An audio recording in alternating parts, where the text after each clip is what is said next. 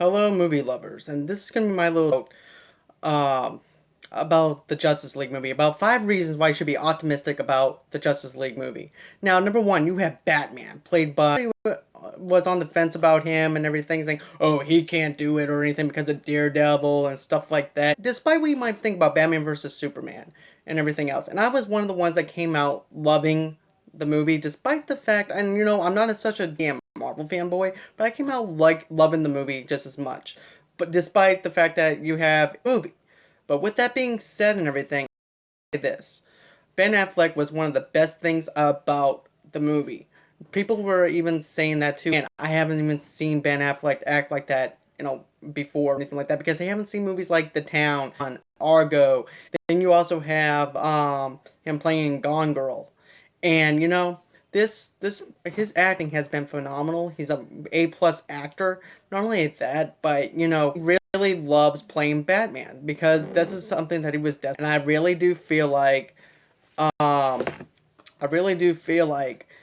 that this guy is a big huge fan of Batman. He even built inside his house to actually show how much of a passion he has. But that's the main reason why that you should be optimistic. That's reason number one, is because of Ben Affleck, because of his passion for playing Batman. Another thing too is, yes, the movie wasn't good, or it wasn't the greatest movie coming out. And yes, I did, like I mentioned in reason number one, that yeah, there were some editing problems. But think of it like this. I always like to think of it that full. If it wasn't for those problems, we wouldn't be seeing all this and everything with you seeing the press go down to the Justice League set and stuff like that, and doing set visits if it wasn't for just Batman vs Superman being bad or not that good of a movie. So therefore, you actually have to stop that, because now we're actually seeing the WB team actually coming in and actually wanting to improve on their writing and improve on the direction and have some type of creative control with it. And another thing too, you can say what you want about Zack, but the best thing that I can say about it is he's learning from his mistakes and he's actually caring about what he's doing, because a wake up call. He's like, okay, I need to fix this thing. I need to try and redeem myself. And I think whenever people want to redeem themselves. And I also have another problem too. Oh, you need to go on where you need to listen to the fans because that's what you need to do. Now, I have a pet peeve about that, because number one, if you haven't seen the movie or anything and you're just judging it based on the fact that what other people are saying, or you're not buying into the trailers and everything, you have no say in this movie until you actually, because of the fact that the movie is actually pretty decent for what it was. And not only that, but what I love about Zack Snyder is he's listening to the fans of this movie, and actually didn't care for it as much as they wanted to, but he's actually listening to people to actually give him credit for.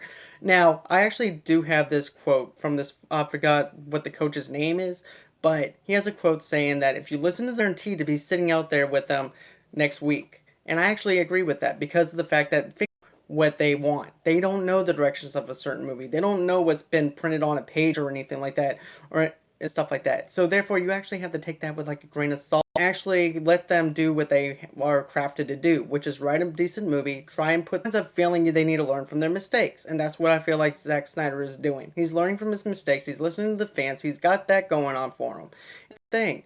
And then reason number three is the Batman extended cut. I haven't seen the movie yet, but based off of the Batman extended cut, my friends and stuff like that, they're actually saying that they like the movie for what it is now, because now everything that was original cut of the movie um, is now being explained in full context of what it was supposed to be, and took out those set pieces, but they needed to actually leave them in there because it actually gives you the flavor that you need to tell this story. Otherwise, it's going to be all chopped up and everything's not going to be. But I'm actually going to do another review on this, like whenever I wind up getting the Blu-ray, so I'll do a review for the extended cut Blu-ray.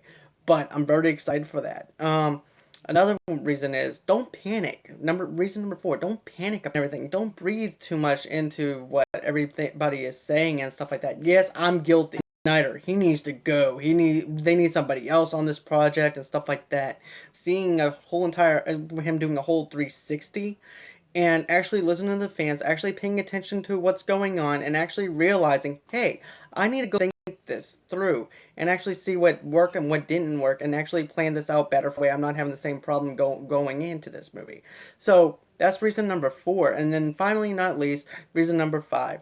Ben Affleck has more influence. I feel like him being the executive producer is actually a great thing because we also, like I mentioned before, and the fact that we saw what he did with Argo, we saw what he did with The Town, we saw that his direction and everything with Gone Baby Gone, whenever he directed Casey. He's done a very good. He's a phenomenal director. He's a phenomenal actor. This guy. So I just say, take a breather, relax for a while, see what this movie's gonna do because I'm actually enjoying what the studios are now able to come in and see the set pieces, opposed to before where they didn't even let you come into the studio or anything, letting you experiencing everything that they done wrong, and now they're actually learning from it. So those are my reasons. Optimistic about this movie? Are you not optimistic about this movie? I would like to know in the comments below because I'm curious to see what you guys think. Anyways, I'm gonna end up trying a once the extended cut comes out next month, I'm gonna end up doing a review on that, so stay tuned for that. And yes, there will be a spoiler review because I believe that in order to actually have to have a spoiler review for this. So, with that being said, until next time.